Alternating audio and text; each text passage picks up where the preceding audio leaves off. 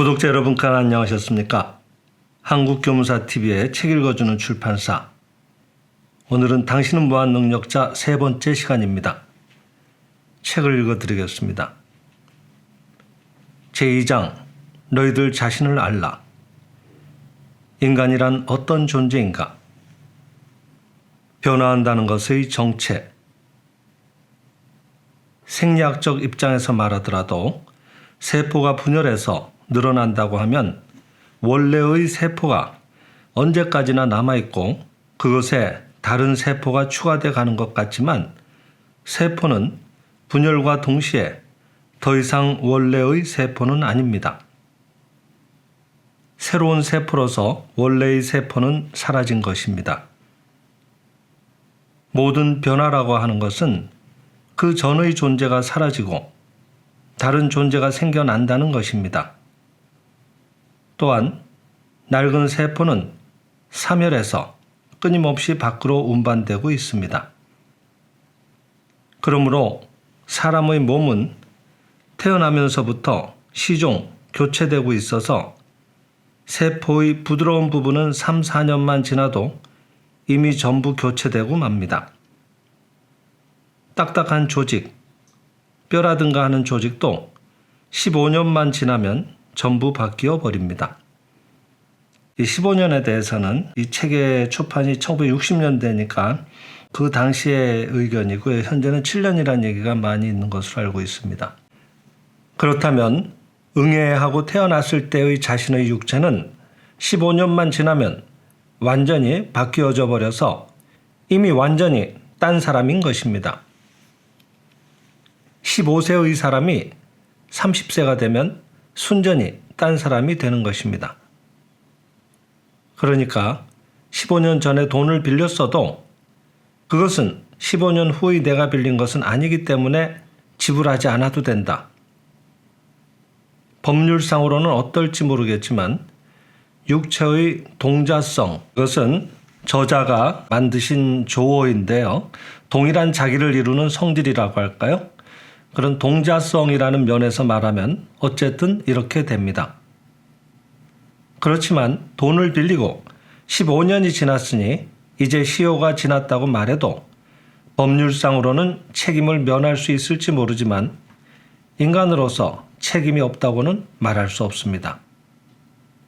인간으로서는 실제로 책임이 있는 것입니다. 인간이란 어떤 존재인가? 육체 전체가 다른 존재로 되어 있는데 그 책임이 있다고 하는 인간이란 어떤 존재인가?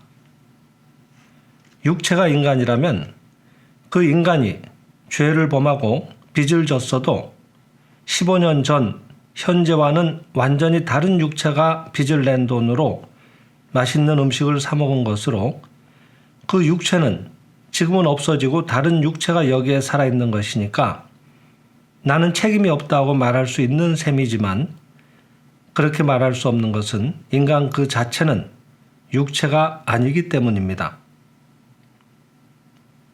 인간 그 자체가 육체라면 신진대사에 의해 완전히 다른 육체가 되어버리면 책임이 없는 셈이지만 그렇게 말할 수 없는 곳에 인간의 본체가 어떤 존재인가 하는 것을 시사하는 것이 있습니다. 아버지 어머니가 낳아주었을 때의 갓난아의 몸은 이제 없어졌으니까 나는 부모와는 아무런 관계도 없는 남이다. 부모가 낳아주었을 때의 육체와는 다른 육체다. 뿐만 아니라 지금의 내 몸은 밥을 먹고 쇠고기를 먹고 생선을 먹어서 만들어진 몸이니까 오히려 소나 생선의 편이 부모일지 모른다 하고 말할 사람이 있을지 모르겠습니다. 육체의 편에서 보면 틀림없이 그렇게 됩니다만 실상의 편에서 보면 그런 것이 아니고 역시 15년 전에 낳아주었어도 15년 전에 돈을 빌렸어도 15년 뒤의 인간으로서의 자신에게 책임이 있습니다. 인간으로서 책임이 있다고 할 때 그 인간이라는 것은 육체는 아닙니다. 현상의 저 깊숙한 곳에 있는 불멸의 존재. 그러면 A가 B로 변화한다고 말할 경우의 이 변화한다는 것은 무엇을 말하는 것일까요? A가 사라지고 B가 나타났기 때문에 A가 B로 바뀌었다는 것은 아니고, 이것은 단지 A가 사라지고 B라는 별도의 존재가 나타났다는 것이 됩니다. 그러므로 A가 B로 바뀌기 위해서는 A가 사라지고 B가 나타나와 있지만 실은 A와 B의 나타나 있는 그 깊숙한 곳에 변치 않는 것이 있어서 그 A와 B를 연결하고 있지 않으면 안 되는 것입니다. 변치 않는 것이 그 깊은 곳에 계속되고 있어서 그 동일한 것이 A로 나타나오고 B로 나타나오기 때문에 A가 B로 바뀌었다는 말을 쓸 수 있는 셈입니다. 단지 A가 사라지고 B가 나타나온 것이라면 다른 존재가 나타나온 것이니까 A가 B로 변화했다고 말할 수 없습니다. 예를 들어 내가 무대 밖으로 쓱 나가버린 후 야마구치 군이 대신 무대에 나타나왔다면 다니구치가, 여기서 다니구치는 이 책의 저자 자신을 말합니다. 다니구치가 야마구치로 변했다고는 할 수 없습니다. 그것만이라면 다니구치와 야마구치가 교대에서 나왔다고 하는 것입니다. 그런데 내가 옷을 갈아입고 여자의 가발을 쓰고 여장을 해서 무대에 나가 연극을 한다고 하면 복장은 다르지만 복장 속에는 변치 않는 인간이 있기 때문에 다니구치가 여자의 모습으로 변했다고 말하는 것입니다. 그러므로 변화한다는 말은 모습으로 보이는 현상의 저 깊은 곳에 변치 않고 영속하고 있는 것이 없으면 쓸 수 없는 것입니다. 사람이 어릴 때부터 성장해서 모습이 변해도 역시 같은 사람이라고 말하는 것은 현상은 어떻게 변화하더라도 그 깊은 곳에 변치 않는 인간이 거기에 있다고 하는 사실을 나타내고 있습니다. 그 변치 않는 인간이 진짜의 인간인 것입니다. 그러므로 육체라는 것은 단지 의상을 받고 입고 나와 있는 것과 같은 것에 지나지 않는 것입니다. 그 깊은 곳에 있는 자기라는 변치 않는 존재가 있습니다. 변치 않는 존재란 어떤 존재일까요? 이것이 실제입니다. 실제란 정말로 존재하는 것이고, 정말로 존재하는 것의 모습이 실상으로서 나타나와 있는 쪽의 모습을 현상이라고 하는 것입니다. 보통 사람들은 현상을 보고 있다고 하지만 정말로 있는 것은 아닙니다. 현상이라는 것은 단지 나타나와 보이고 있을 뿐 정말로 있는 것이 아니기 때문에 재행무상의 종소리라는 문구대로 변화하는 것입니다. 변한다고 하는 것은 A가 B로 변한다고 하는 경우 A가 사라지고 B가 된다고 하는 것입니다. 왜 A가 사라지는가 하면 사라진다는 것은 실제하지 않고 나타나와 있을 뿐이기 때문에 사라지는 것입니다. 예를 들면 스크린에 나타나와 있는 영화 같은 것입니다. 영화는 실제로 있는 듯이 보여지고 시네라마는 입체 영화의 하나라고 했습니다. 시네라마 같은 것은 정말 입체적으로 비추어져 마치 실물처럼 보이지만 그러나 그것은 나타나와 있을 뿐으로서 실제하는 것은 아닙니다. 아무리 비극이 스크린상에 상영되고 있어도 그것은 정말로 존재하는 것은 아니고 나타나와 있을 뿐이기 때문에 사라지는 것입니다. 이것은 영화의 이야기지만 영화는 단지 비유해서 가지고 온 이야기로서 지금 여기에 있는 육체 인간도 영화와 마찬가지로 현상으로서 나타나와 있을 뿐이기 때문에 언젠가는 사라지는 것입니다. 실상의 인간은 왜 완전한가? 그러면 인간 불멸이라는 것은 이 현상의 육체 인간 저 깊은 곳에 있는 실제하는 실상인간, 즉 진짜의 인간은 사라지지 않는다고 하는 것을 말하고 있다고 알 수 있습니다. 이 영원히 멸하지 않는 인간이 진짜의 인간이고 실상의 인간이며 그것이 자기 자신이라고 깨닫는 것이 새롭게 태어난다는 것입니다. 이것이 생장의 집에서 서라는 가르침의 중심이 되어 있는 것입니다. 간단히 말하면 이것만으로 좋은 것으로 이것이 근본 원리입니다만 그 근본 원리를 깨달음과 함께 그것을 일상생활 속에 응용한다고 하는 단계가 되면 좀처럼 쉽지 않은 것입니다. 어떻게 해서 실제는 영원히 존재하는가? 왜 실제는 영원히 불멸하는가? 하는 질문을 받는 경우가 제법 있습니다만 그것은 완전하기 때문에 영원히 존재하는 것입니다. 집이라도 그 집이 무너지지 않는 것은 완전하기 때문에 무너지지 않는 것입니다.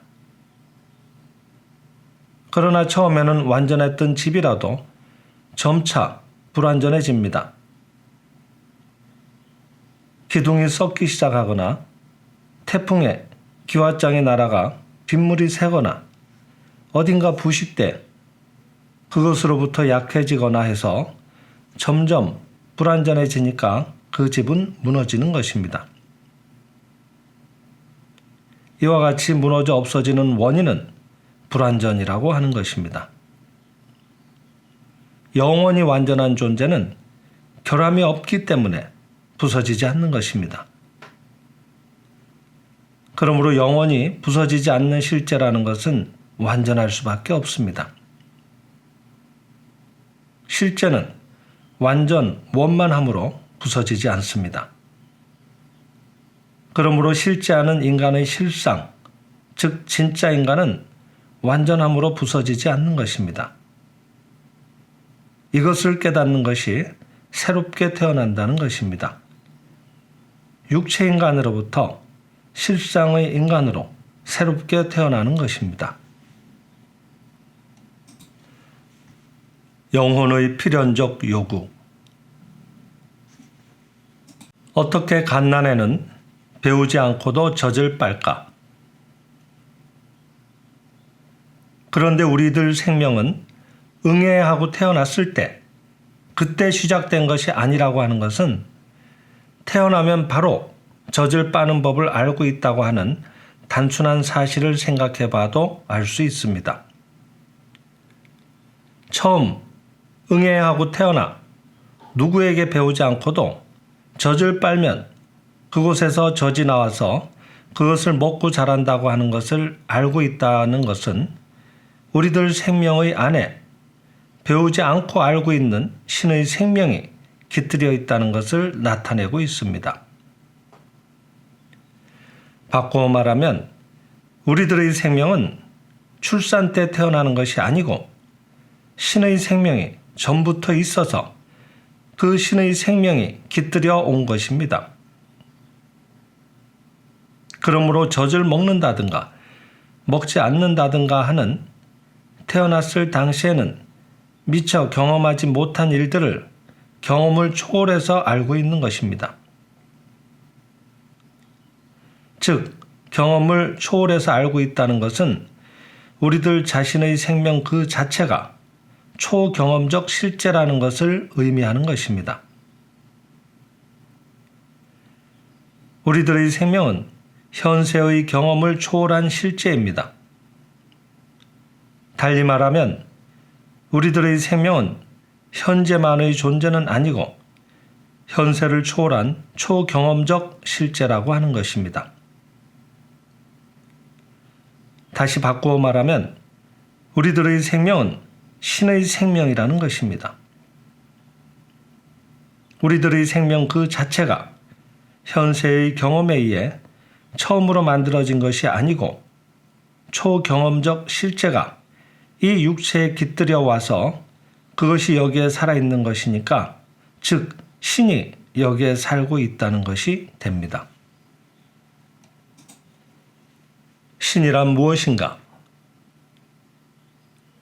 그 신이라는 것을 생명의 실상 책 속에서는 우주의 대생명이라고 적고 대생명에 부모님이라고 설명을 붙여서 누구나 알기 쉽게 하고 있습니다만, 우리들의 생명이 태어나온 커다란 생명의 근원이며 태어난 우리들의 생명을 자식이라고 생각하면 그것을 낳은 본원은 부모라고 생각할 수 있기 때문에 우주의 부모님이라는 말이 합당한 것입니다. 그 우주의 부모님은 누구에게서 태어났는가 하면 태어난 적이 없습니다. 본래부터 계시는 것입니다. 그러므로 불생이라고도 말하는 것입니다. 불생이니까 멸하는 일도 없는 불멸입니다. 불생의 생명이 살고 있는 나.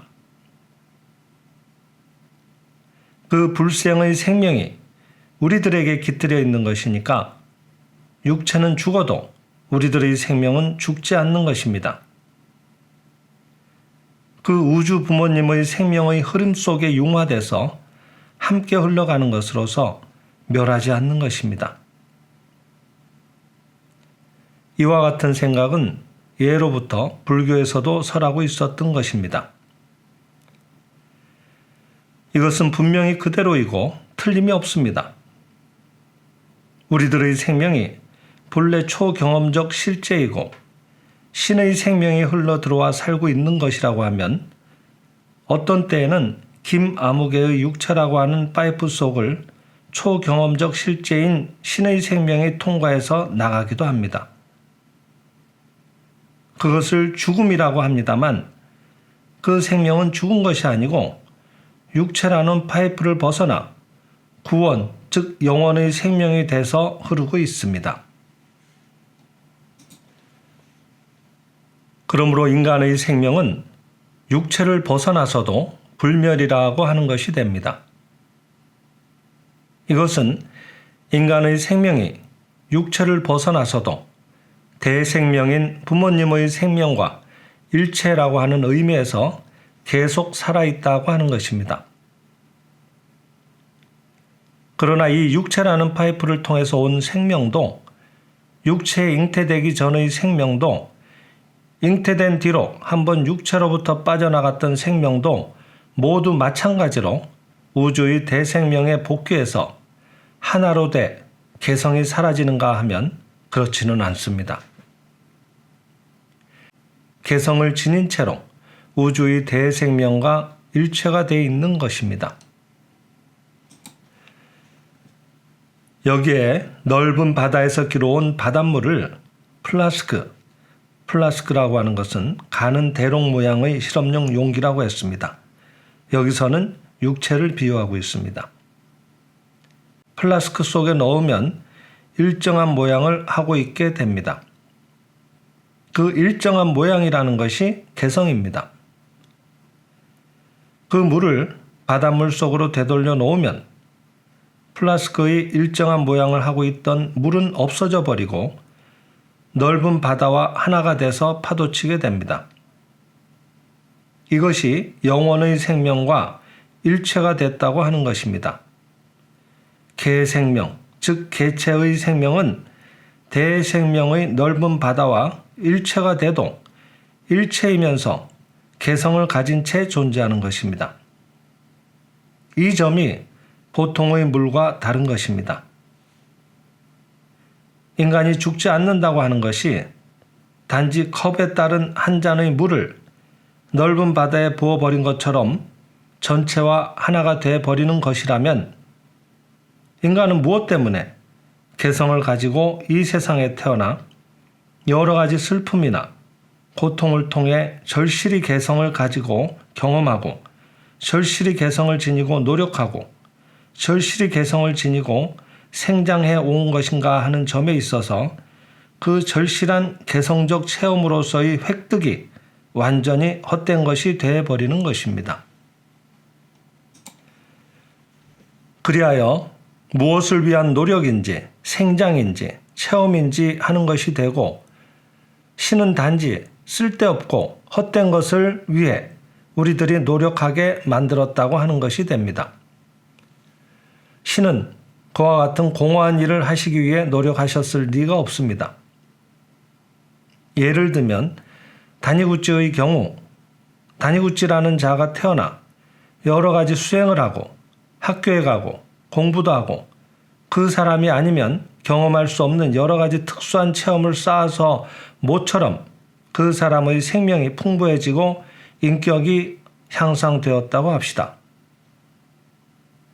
그런데 육체라는 용기가 부서졌기 때문에 풍부한 체험을 쌓아서 높아진 인격이 흔적도 없이 사라지고 공모한, 즉 독자적인 본성이 없는 것이 되어버리는 것이라면 무엇 때문에 열심히 노력하고 수행해서 경험을 쌓아 우리들이 향상해 나가고 있는지 그 의의를 알 수 없게 됩니다.